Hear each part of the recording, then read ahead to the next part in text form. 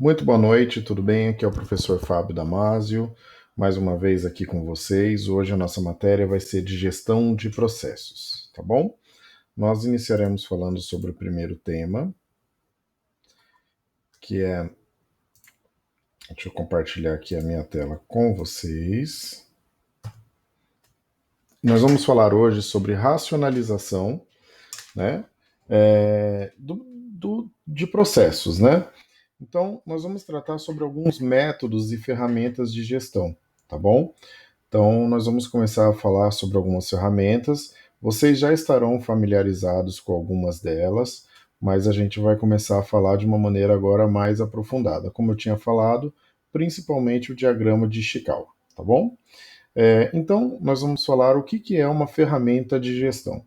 Então, elas são o quê? Técnicas para a gestão da empresa e para solucionar problemas administrativos que são geralmente ligados ao fraco desempenho de processos.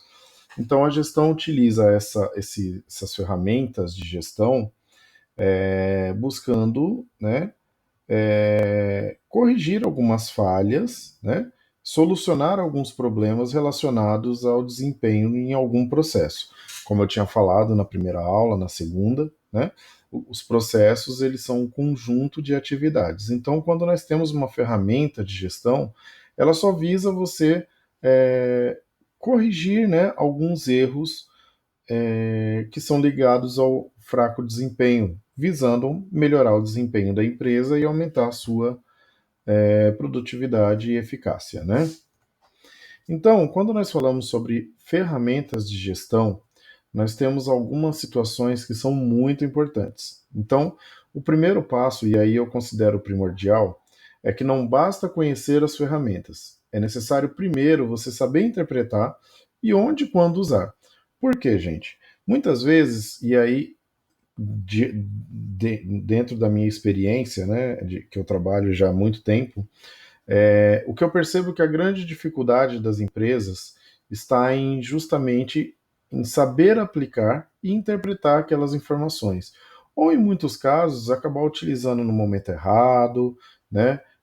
Ou talvez até no setor errado. Eu tenho um case que há um tempo atrás eu participei até de uma comissão e a gente estava com um problema, e como vocês sabem, eu trabalho na área hospitalar, nós estávamos com um problema num determinado hospital. E aí uma outra empresa pediu ajuda, porque como nós tínhamos conseguido atingir a certificação da ISO, né, nós fomos chamados, né, convidados para poder fazer uma consultoria dentro desse hospital particular. Chegando lá, nós percebemos o quê? Que todas as atenções estavam voltadas para a parte de recepção administrativa, né? Então eles começaram a investir em brainstorming, 5S, treinamentos, tudo para a equipe de recepção. Sendo que, na verdade, o grande problema não estava lá. O problema estava na equipe médica, né? Porque os médicos muitas vezes atrasavam, em outros casos o atendimento demorava além daquilo que era o previsto, né? Não aceitavam encaixes. E aí, o que nós percebemos? Que a ferramenta ela estava sendo utilizada simplesmente no lugar errado. Não adiantava nada fazer aquilo, né? As ferramentas estavam sendo utilizadas no local errado e até no momento errado, né? Talvez até houvesse algum tipo de problema importante relacionado à recepção, mas de uma maneira geral, eles utilizaram no momento errado e na hora errada também, no setor errado, né? Agora, essa questão de saber interpretar, isso para mim é o primordial. Muitas empresas investem altíssimos valores para poder trabalhar com ferramentas de gestão. Só que, muitas vezes, eles não sabem interpretar aquela informação. Chego à conclusão de que o gargalo da empresa na produção está na embalagem, por exemplo, né? E aí eles acabam não sabendo fazer. Né? O que eu vou fazer com essa informação? O que eu posso corrigir? Então, muitas vezes, quando você trabalha uma ferramenta de gestão, você tem que saber para onde você vai utilizar, você saber interpretar, né? Porque senão o investimento vai ser totalmente perdido e desnecessário, tá? Um outro ponto muito importante que nós temos que trabalhar essa questão aqui que Ishikawa, ele afirmou que 65 a 80% dos problemas que afetam uma empresa são de responsabilidades da gerência e não do pessoal operacional, não dos gerenciados, né? Então, muitas vezes, desculpe, os problemas não estão somente na equipe. Muitas vezes, você vê que aqui mais da metade, né, quase 100% em alguns casos, são problemas de gestão. É uma má administração, é uma má alocação de recursos, que nós falamos na aula passada sobre recurso, né? Seja ele recurso humano, seja ele recurso financeiro, seja ele recurso de marketing, né? Então, a gestão muitas vezes acaba trabalhando de uma maneira equivocada. Vou usar um exemplo aqui com vocês. Por exemplo, o RH. Se você tiver um recurso humano que não esteja motivado, por exemplo, o problema não é somente do funcionário. Muitas vezes é a chefia que acaba tendo algumas condutas, algumas ações que desmotivam a sua equipe, né? Então, basicamente é isso, tá? É, vocês podem perceber que, claro, que não, isso não isenta a equipe operacional de suas responsabilidades, mas na grande maioria das vezes o problema está da gerência para cima.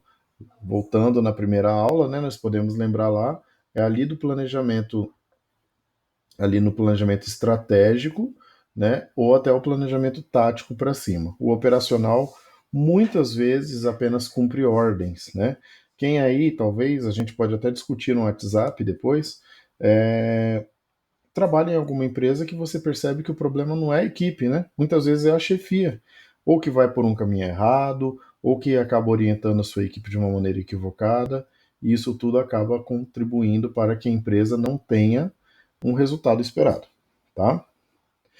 O outro item aqui é o uso de ferramentas administrativas e acaba dissociando, né, dissociado de uma cultura adequada que não costuma trazer resultados duradouros. Então, algumas ferramentas, elas simplesmente são coisas temporárias, né?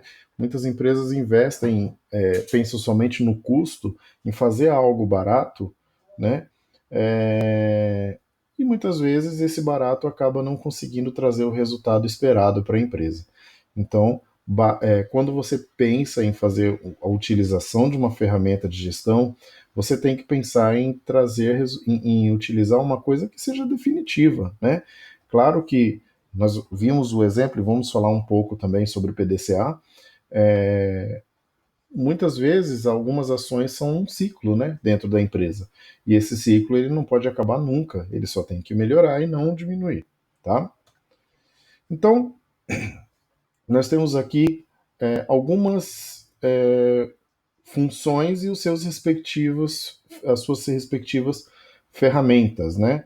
Então, primeiro, para você identificar os processos problemáticos, nós temos o brainstorming, que nós conversamos, já fizemos até um exemplo prático aqui com vocês, né? Temos o TNG, que é a técnica nominal de grupo, né? Que é bem parecida, que é o Brainwright.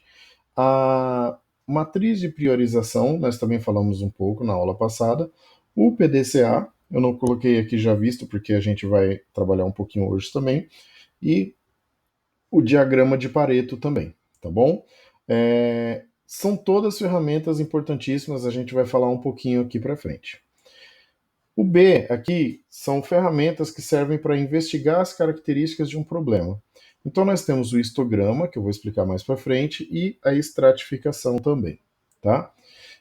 Para analisar as causas de um problema, aí nós temos o diagrama de Ishikawa, ou causa e efeito, que é aquela espinha de peixe que eu mostrei para vocês, e o diagrama de dispersão também. E aí, para você planejar e desdobrar projetos, nós temos a planilha 5W2H, que eu também vou explicar para vocês hoje. Todas são ferramentas consideradas de gestão da qualidade. Todas são ferramentas empresariais muito utilizadas. Então, aproveitem a oportunidade de buscar esse tipo de conhecimento.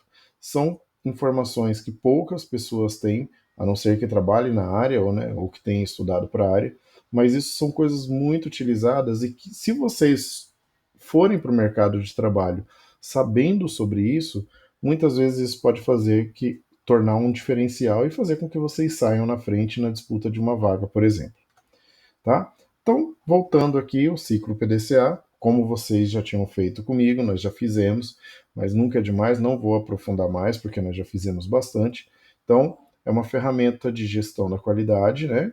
Que ela focaliza o quê? A solução de problemas, seguindo aquelas 4 fases. Nunca é demais repetir, né? O planejar, fazer, verificar e agir. É um ciclo, como nós tínhamos visto, né? Então, eu só vou recapitular com vocês para a gente não ficar também parando numa coisa que já foi passada. Então, a primeira fase é o quê? É o planejar, localizar o problema, estabelecer os planos de ação. Daí, a partir daí, nós vamos para o do, que é o fazer, né? A sigla PDCA é em inglês, plan, do, check e o action, tá? Então, o fazer é execução do plano e colocar o plano em prática. A partir daí, nós vamos checar, então, verificar se as metas foram atingidas e acompanhar os indicadores que eu também já expliquei para vocês o que são os indicadores. E aí, por fim, aquelas coisas que deram certo, né? A gente vai tornar padrão. E aquilo que não deu certo, a gente acaba corrigindo as falhas, né? E aí nós fizemos até aquele exercício, né, do rapaz que tinha que fazer os seus estudos. E aí vocês perceberam que, se eu não me engano, foram três ciclos, né?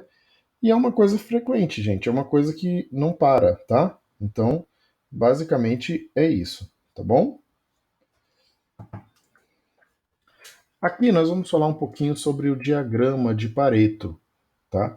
Gente, se vocês tiverem alguma dúvida, aproveitem a oportunidade dentro também da aula, no WhatsApp, vocês fiquem à vontade, tá?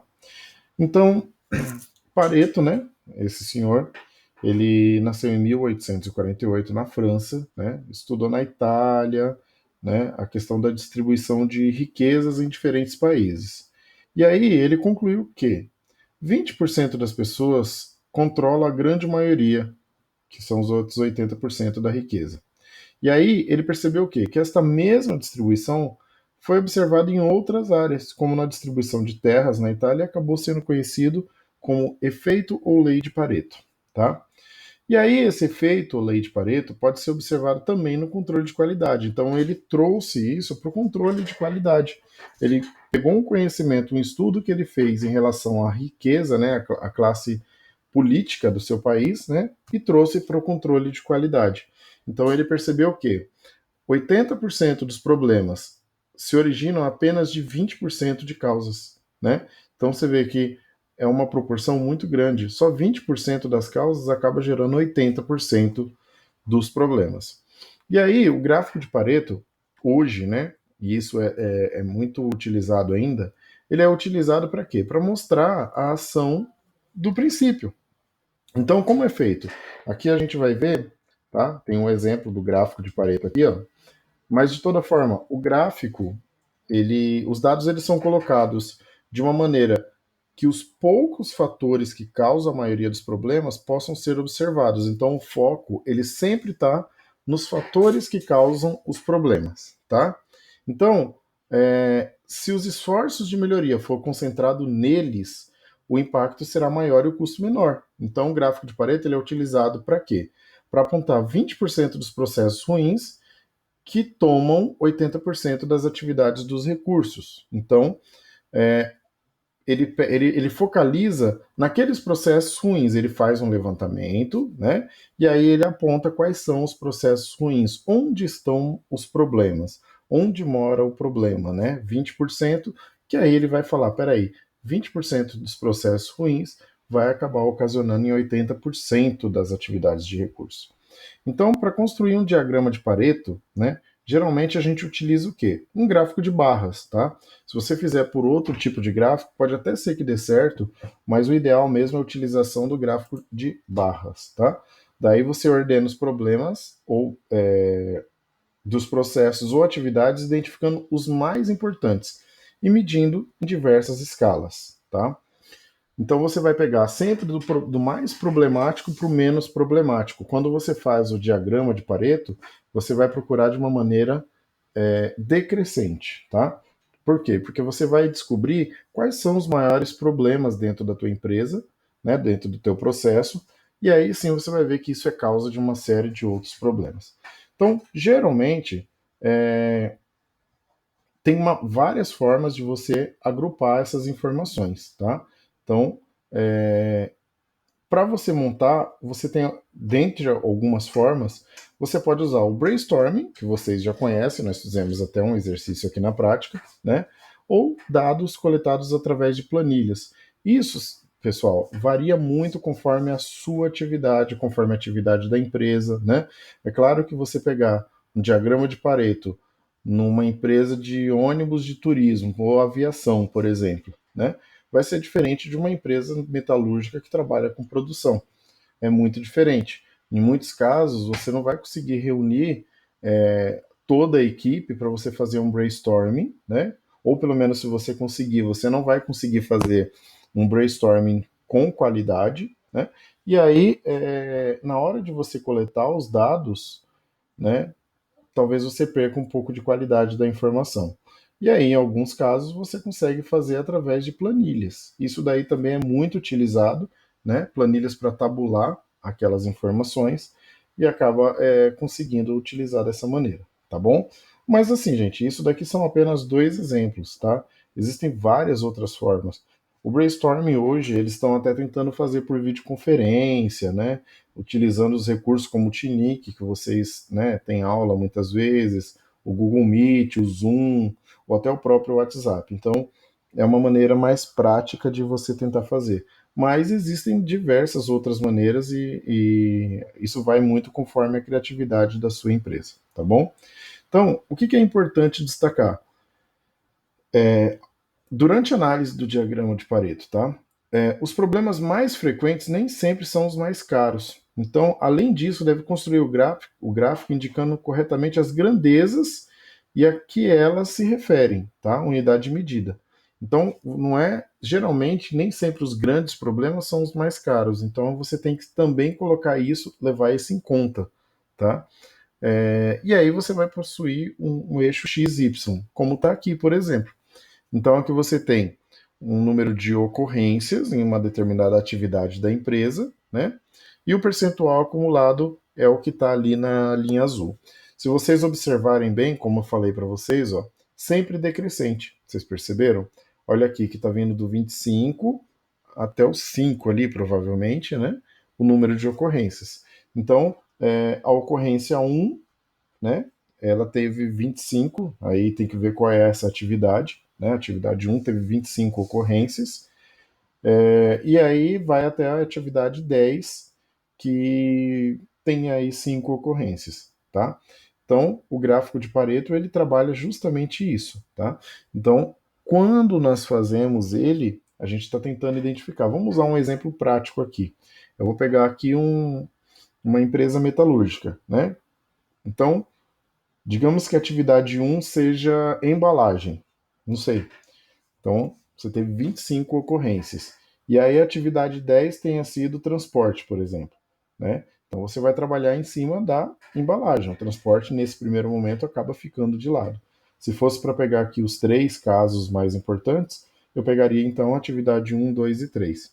Aqui nós temos outro exemplo ao lado, né, que é o número de peças defeituosas por máquinas. Olha que interessante. Então, se você pegar a máquina B, ela teve 3.500 peças defeituosas, tá? Em um determinado período, a gente aqui o gráfico ele não está mostrando qual o período. Geralmente eles fazem trimestralmente ou até semestralmente, ou dependendo a escala, pode ser feito mensalmente. Aí a máquina E, vocês podem perceber que ela tem aproximadamente 2.500 peças defeituosas até chegar na D com 500 peças defeituosas, tá bom? Eu vou parar o primeiro vídeo por aqui e aí a gente continua no outro, tá bom? Só para não ficar muito longo.